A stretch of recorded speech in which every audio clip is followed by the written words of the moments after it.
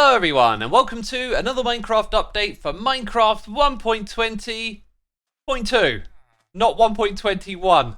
This is the update where finally you can see the bottom 2 pixels of the hotbar. I am not joking, the bottom 2 pixels were not rendered on the screen for the longest time, and I actually used a mod to fix this for my Hermitcraft series. Anyways, real talk, this snapshot is absolutely massive. It's full of tons of changes.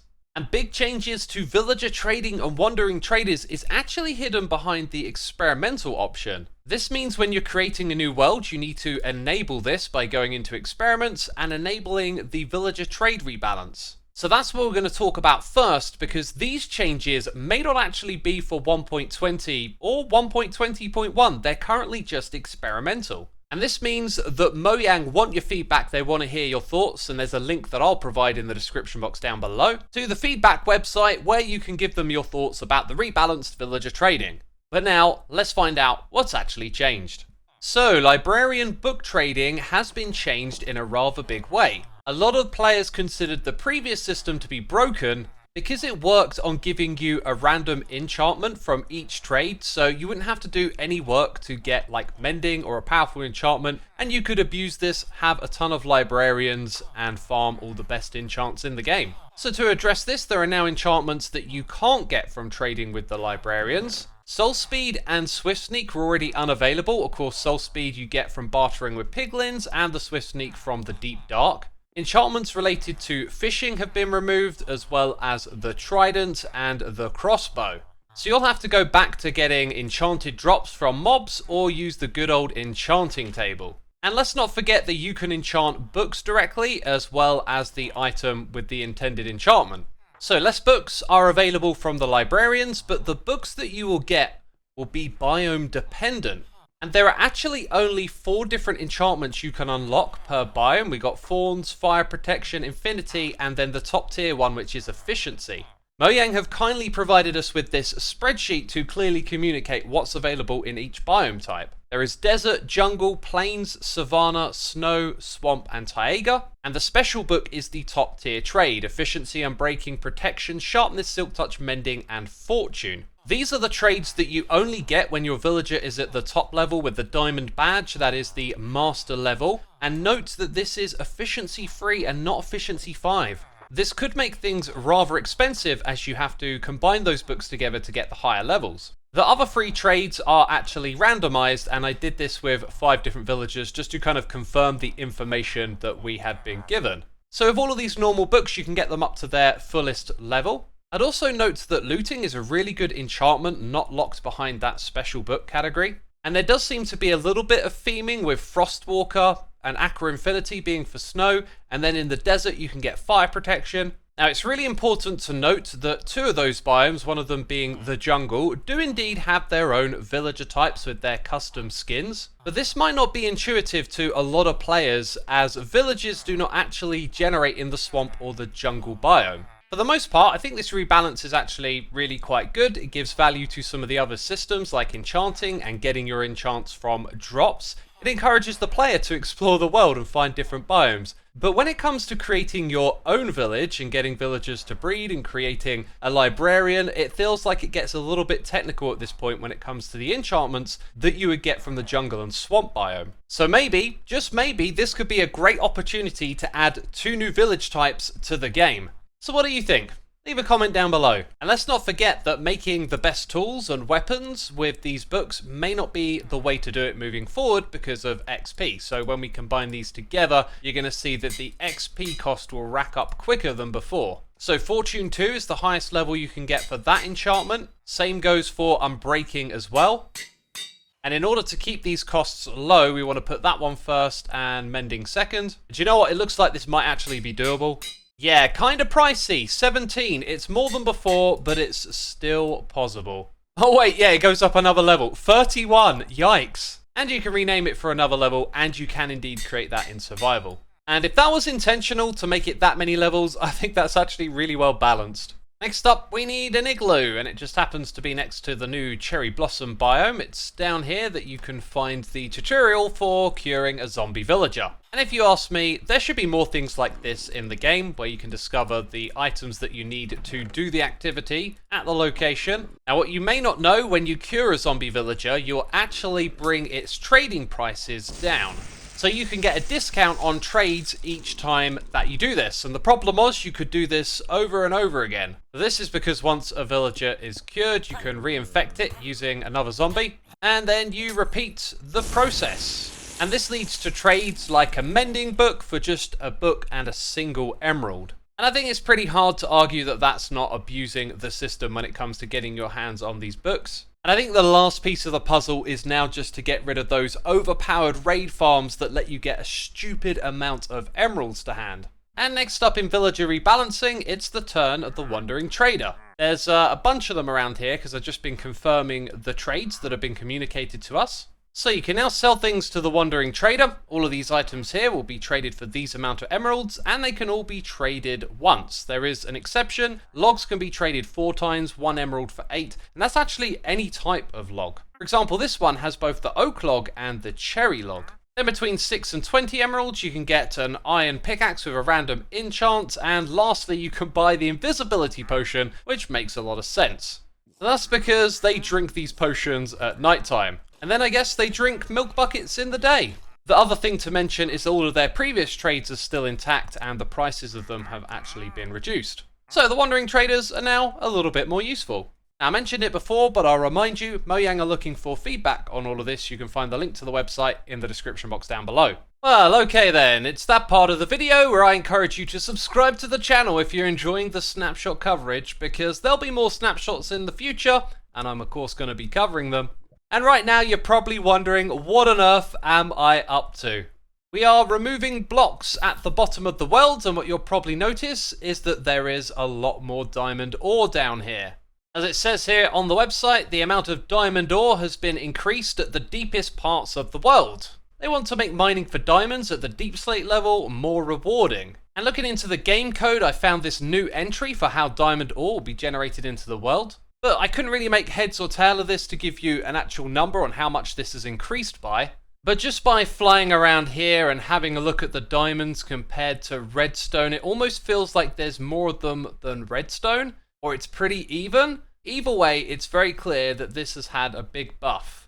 And I think this is going to be a change that most of us will be happy with. Who's going to say no to more diamond ore? So now for some changes that will affect your survival gameplay.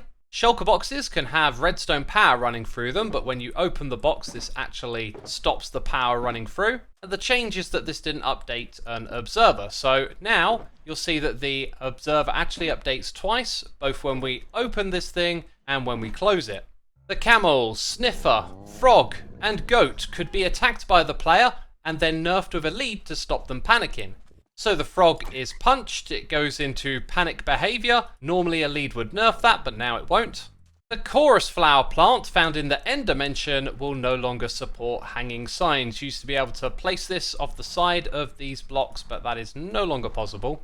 Pink petals have received a change to their hitbox size. What you'll notice is it's now a quarter of a block, and as you increase the amount of petals, the size of the hitbox goes up too.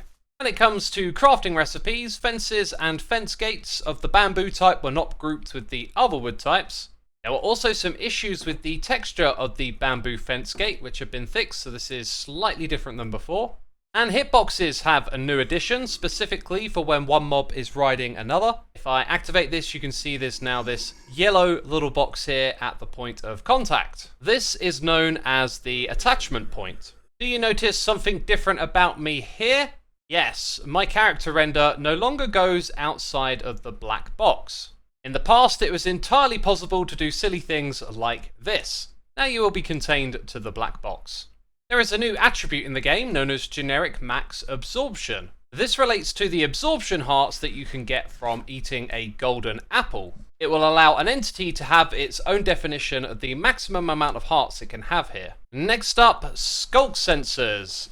They are now going to be set off by turtles that are clearing away sand. There we go, it's being activated by this action. It's also known as turtle shambles.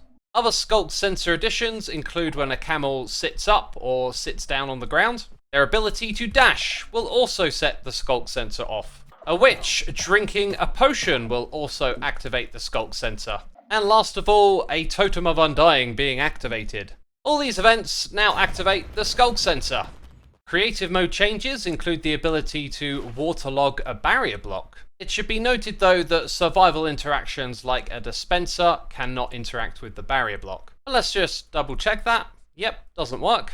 Decorated pots did not have creative mode tooltips, so now you can see exactly what makes this decorated pot. You are also not able to control middle click this block, which enables you to take the contents of it along with the block itself. So now when you do this on a decorated pot, you will take the design and you'll be able to place it like it has already been placed in the world.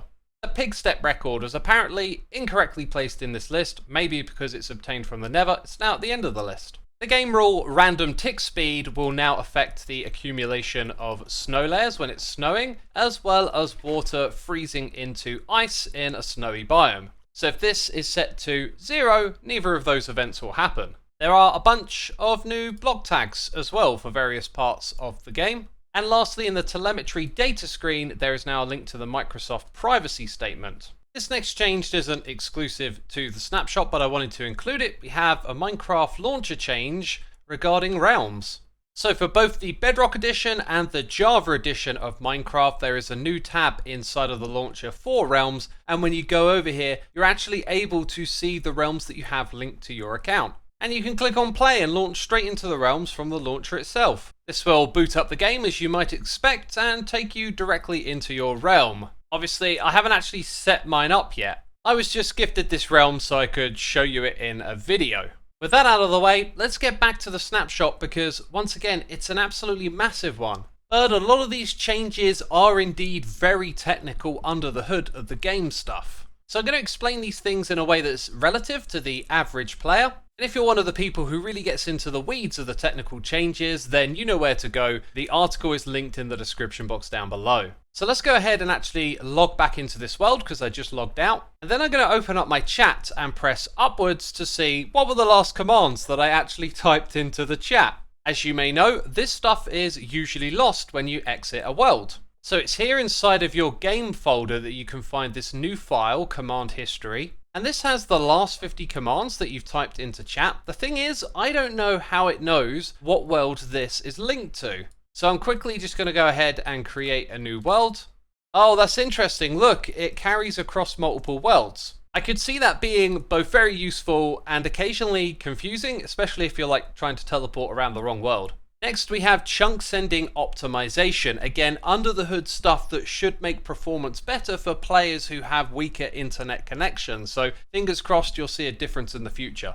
Vanilla server operators are going to be able to log the IP addresses of players that connect using a new option available in server.properties. And if you are a network administrator, there is new network protocols that you may want to read about. I want to highlight that there's been more safety features when it comes to symbolic links found inside of data packs. If you wish to know more about what symbolic links are and how they relate to Minecraft, it's in this video here that I explained it in detail. A new command has been added which is called /random, and it is a random number generator. And this is no simple random number generator. This appears to be very powerful and flexible, and I'm told it's going to be really useful in data packs in the future. And if you do make data packs, once again, a ton of changes that you'll want to read up on. Most importantly though, both data packs and resource packs can now be multi-version packs. This means they can tell you if they support different versions of Minecraft. They also have a built-in overlaying system, meaning that different functions for different versions of the game can run if you're running that version of the game. So both data packs and resource packs can preserve their functionality across multiple versions of Minecraft, which I think is really, really good. And if you are a resource pack maker, a lot of those images that contain lots of sprites and GUI elements have been separated into individual images. Like here is a brief example of all the new assets that have been created because of this, because there's so many little variations. These used to be in one image file, they're now all separated out into their own ones. And because of that, Mojang have provided us with a slicer tool that will automate the process of creating all of those textures out of your existing texture pack. Last of all, some crazy technical stuff that's totally going over my head. Macros have been added. I'm told these are going to be great for functions and data packs. And there's a whole bunch of changes to display entities again. So on the technical level, this one really is a banger. It's always good to see the under the hood stuff getting some love and attention, but I also think this survival changes to villagers are going in the right direction. Let me know your thoughts with a comment down below. While you're down there, leave a like, subscribe to catch future snapshots, and I'll see you soon with another video. Bye bye.